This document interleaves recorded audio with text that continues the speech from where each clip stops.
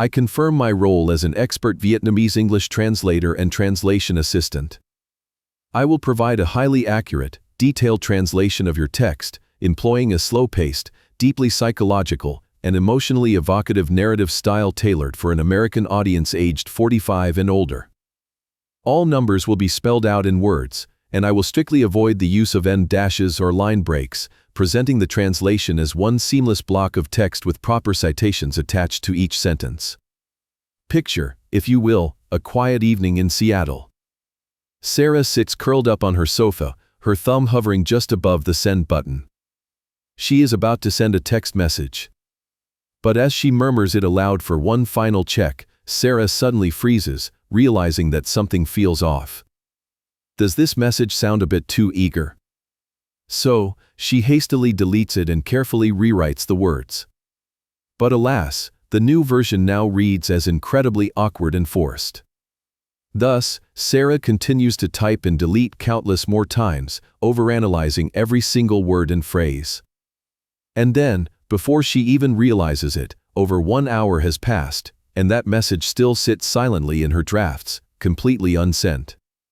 From the small confines of Sarah's living room, let us cast our gaze wider to the grand panorama of modern humanity. That state of paralyzed hesitation is not at all a random outburst, but rather a symptom of human beings having to live with an excessively high level of self-awareness. Society and pop culture are constantly whispering a fierce belief into our ears that truly understanding oneself is the absolute prerequisite for living an authentic life. However, an ironic and terrifying paradox unfolds right here, because the more we try to gather knowledge about ourselves, the more we are stunned to realize that we seemingly understand nothing at all. The ancient Eastern philosopher Zhuangzi once left behind a timeless self-inquiry when he pondered whether he was Zhuangzi dreaming of turning into a butterfly, or inherently a butterfly dreaming of becoming Zhuangzi. The truth is that at the exact moment the mind echoes the question of who we truly are, it is instantly split into two halves. At that fateful second, a person isolates into two entirely distinct entities, one who asks the question and one who is being interrogated. We unintentionally create an ego performing the action, which is the actor, and another ego standing with folded arms observing, which is the critic. Self-awareness at this point brings neither the freedom nor the clarity we so deeply long for, but instead, it turns us into an actor who is exhaustingly forcing a performance for a single spectator to witness.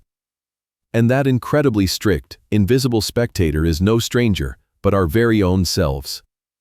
This phenomenon of inner fragmentation bears a beautifully profound resemblance to the realm of quantum mechanics. Let us try to observe a tiny photon, which in its natural state exists in superposition, appearing at 2 points at the exact same time. That photon is completely free and seemingly desires no measurement or judgment. Yet, the moment it is observed by a gaze, it immediately collapses into a single, rigid state. Our consciousness operates in the exact same manner. Take the example of a person alone in a quiet room. When a favored melody begins to play, their body automatically reacts to the rhythm unconsciously. In that moment, that person is enjoying a wonderfully spontaneous experience, swaying passionately and wildly, shedding all worldly sorrows. That is the authentic freedom of an unbound soul. But then, their eyes accidentally catch their own reflection in a wall mirror. Instantly, the cold critic steps into that space. Insecure thoughts begin to surface, disparaging those dance moves as lacking grace, clumsy, and dull. Bodily movements momentarily stiffen with doubt, the critic completely seizes control, and the dance is forced to end. We truly cannot act naturally while simultaneously analyzing that very action.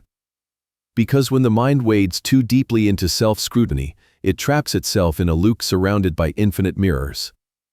The beginning of this authenticity spiral is usually quite gentle, as the mind makes a simple observation that one is feeling anxious. Shortly after, the inner actor begins to question why that anxiety has surfaced, only for the critic to step forth and declare it will relentlessly analyze the situation to find the answer. The third layer continues to unfold, bringing a new sense of bewilderment as the mind wonders whether the ceaseless analysis itself is making the anxiety worse. And just like that, exhaustion crashes in as we once again start overthinking about the very fact that we are overthinking. In this state of extreme entrapment, every effort to behave normally is booed, judged, and labeled by the critic as forced acting, leaving us endlessly running down a hallway of infinite mirrors without ever being able to touch an exit. This harsh scrutiny not only freezes us in the mirrored rooms of the present, but it also extends its invisible fangs toward the past. By default, humans tend to view memories as fixed reels of film about past events carefully stored in the drawers of the mind. However, neuroscience points to a completely different and revolutionary truth regarding what we call memories. Every time a memory is recalled, it is not simply us opening a silent file, but rather it is an active process where we are overwriting it. The act of remembering frequently changes that memory itself. The past as we know it is actually always slightly adjusted to fit the current narrative we are telling ourselves about the world. Researchers at the University of Texas have observed this effect and found that recalled memories are highly vulnerable, easily updated or distorted by the emotions present in that exact moment. The story of a young man named Ethan in the city of Boston serves as a heartbreaking testament to this time trap. Many years ago, when his innocent first love shattered, Ethan merely felt the profound, pure pain of losing the girl he once thought he would be bound to for life. That sorrow was inherently as natural as a passing rain shower. Yet as time passed, after absorbing more psychological knowledge about relationships, he decided to unearth that painful memory to analyze it. Under the lens of attachment theory, he approached the pain once more. This time, he coldly labeled his ex-lover as an avoidant type and himself as suffering from anxiety syndrome. The present Ethan, carrying a bundle of analytical theories, is diligently dissecting a version of a person who no longer exists, using tools that his past version never possessed. The seemingly wiser present version has stepped in and rewritten the entire meaning of the story. This thorough analytical process gradually makes him lose connection with the true feeling of loss, replacing it with new layers of meaning forced upon it in a purely academic manner. The past is sometimes simply what happened due to countless transient reasons in the lives of two people. Pain does not necessarily need to seek justification in attachment styles or any scientific label to prove that it once existed. Sometimes we endure loss for reasons we may never truly comprehend. Continuously using theory to dissect the past in an effort to understand ourselves does not actually help us discover our true selves, but instead, it merely creates a fictional narrative that crushes the sacred, primal experience. The paralysis born from this habit of psychological dissection does not stop at distorting the past. It also strips away brilliant opportunities right in the present. Let us shift our scene to a bustling networking event in Silicon Valley. Here, we meet Marcus, a young man possessing an incredibly high level of self-awareness. While engrossed in an excellent presentation, Marcus suddenly realizes he has a fantastic opportunity to step forward and introduce himself to the renowned speaker. But immediately, his mind freezes, and he begins to trap himself in a series of risk-analyzing thoughts, desperately trying to mold the perfect greeting while tensely waiting for an ideal moment when the speaker stands alone. The result is that when the speech ends and the opportunity slips away, Marcus decides to step back, rationalizing that the stress is simply not worth the trade off. Meanwhile, in another corner of the hall, Jake comes up with a similar thought. The only difference is that Jake carries absolutely no burden of deep self-scrutiny on his shoulders, so he clumsily rushes forward and asks an incredibly naive question. Yet, the speaker happily replies, asks for his name, and thanks the young man. Thanks to that uncalculated naivety, Jake successfully acquires the contact information. This is a subtle dark corner of the flip side of the Dunning-Kruger effect, where high intelligence and the ability to foresee all risks actually become shackles that loosely imprison talented individuals. An overly cautious person absorbed in planning every single step will frequently find that the music has stopped playing long before they ever decide to dance. Overly dissecting oneself not only causes us to lose the present, but it also easily confines a person within rigid identities, as we only allow ourselves to exist beneath appropriate labels. When continuously assigning oneself labels, such as being someone who suffers from anxiety, every tiny feeling of worry will further reinforce that narrative. Or when calling ourselves victims of psychological trauma, we mistakenly believe we have found a comforting harbor, but in reality, we turn the pain into our entire persona. The clinging to this singular narrative gradually rusts and transforms into a cage that locks away all potential. There are even people who, simply due to a few failures during high school, label themselves as not being a math person. Consequently, they single-handedly slam shut all doors to novel experiences, abandoning branches of knowledge that they otherwise could have deeply enjoyed. Human beings are inherently incredibly flexible entities, constantly evolving from one passing moment to the next. However, clinging to those artificial identities only forces us to remain forever glued to the single version we know, thereby preventing ourselves from interacting with the great unknown. At this juncture, a sharp question must be gently raised to strip bare the truth about these identity cages. When a person lies awake tossing and turning until 3 in the morning, endlessly rewinding past conversations, tormenting themselves over an imperfect appearance or a feeling of being utterly lost in a crowd, who, ultimately, is the one smiling in triumph? It is certainly not us. The brutal truth is that within the structure of a modern capitalist society, an inferiority complex and humanity's excessive self-awareness inadvertently become a massive revenue stream for advertisers. The colossal self-improvement industry out there is not actually selling solutions or inner peace. Rather, what they truly commercialize is insecurity and the boundless potential of human beings. They ceaselessly market glamorous templates, promising to hand-deliver the best version of you, an ideal iteration where you will finally feel whole and completely fulfilled.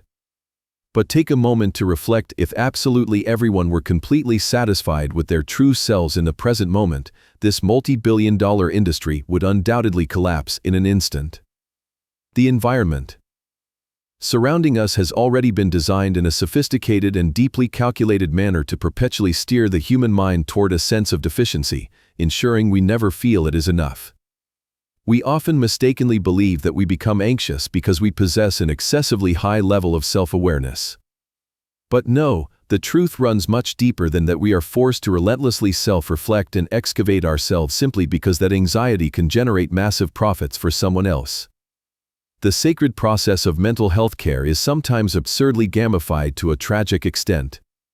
They seduce users into paying monthly subscription fees just to raise a virtual pet on a journaling app, accompanied by the illusory promise that this will somehow help us learn how to love ourselves more. By draping countless complex therapeutic terms over our natural emotions, they provide artificial antidotes intended to cure the very disease of inadequacy that they themselves planted in our minds from the start. Recognizing who truly benefits from this ceaseless analysis is perhaps the first genuinely correct act of self-awareness, allowing us to bravely refuse this exhausting transaction. Western philosophy, with great pillars like Socrates or Sigmund Freud, is constantly urging us to dig profoundly deep to search for a true self hidden beneath layers of masks. Eastern philosophy, however, offers a much quieter and far more relieving space by gently asserting that the ego is, ultimately, merely an illusion and ought to be shed. Within Buddhist philosophy, the concept of non-self does not in any way mean denying your existence. It tenderly unties us from the heavy pressure of having to painstakingly search for a constant, unchanging authentic self. We are not inherently a stiff stone statue patiently waiting to be excavated, but rather, we are truly like a river continuously flowing and circulating from one moment to the next. Primal mindfulness was not born to turn us into a tool for generating material wealth, nor to mold a calmer ego, but its true destination is to help humanity realize that from the very beginning, there never was any ego that needed to be pacified.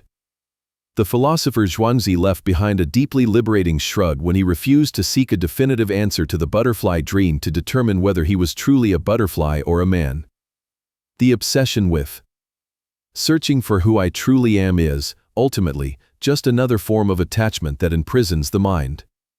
The most terrifying, yet absolutely beautiful paradox of self-awareness lies in the truth that the only way to find yourself is exactly by losing yourself. Stop observing, stop judging, and bravely walk forward. Our true self does not reside in the exhausted image straining its eyes to reflect within the mirror of self-awareness. It is the form passionately immersing itself in the drumbeat of life, existing in the precise moment we inadvertently forget to look back at ourselves. The profound humanistic lesson this psychological journey brings is deep empathy and compassion for the inner world of each individual. We do not need to become an endless self-improvement project, nor do we need to attach labels to every pain or force ourselves to live according to artificially perfect definitions. The core value of life lies in full presence, in the capacity to love and experience the world through pristine, naked eyes instead of a strictly judgmental lens. If these profound philosophical perspectives have brought you a moment of peace and empathy, please take 1 second to click the subscribe button, hit like, and share this video so that we can spread beautiful values together and watch countless captivating videos every single day. I wonder how you feel about today's story, and whether it reminds you of any wavering moments in your very own real life. We sincerely hope you will open your heart and leave a comment below, because we truly yearn to listen to the genuine feelings rising from the absolute depths of your heart. Before closing this tranquil space, I would like to sincerely wish all the wonderful friends watching this video abundant health, an incredibly joyful spiritual life, and days overflowing with serenity as each one passes. Goodbye for now, and see you again, kindred spirits, in the next video.